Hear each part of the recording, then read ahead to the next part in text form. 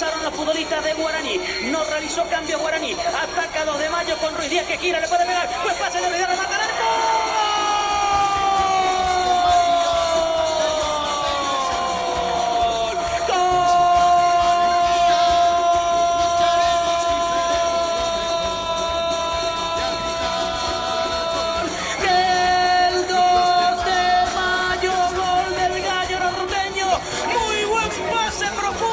Pelota dentro del área y allí aparece la definición.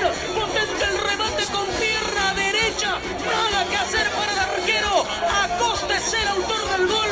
Ruiz Díaz da el pase y Acosta define para el gallo norteño. De buen partido Acosta. Ahora pisa el área. De asistidor pasó a definidor. Y por ahora el gallo norteño está ganando el partido más importante de su historia. Por ahora se anota en la final de Copa Paraguay y en la Libertadores 2026. Marcelo Acosta y el primero lo gritan en Pedro Juan Caballero con el sueño de jugar la Libertadores en la siguiente temporada.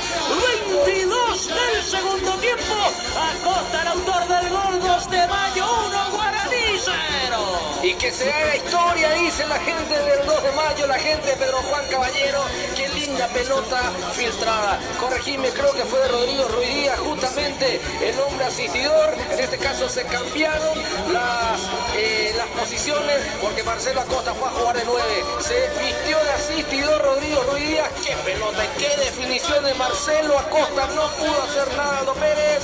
Tremenda definición para el cuadro, para que el cuadro de 2 de Mayo aquí en Villa Lisa ya marque el primer tanto.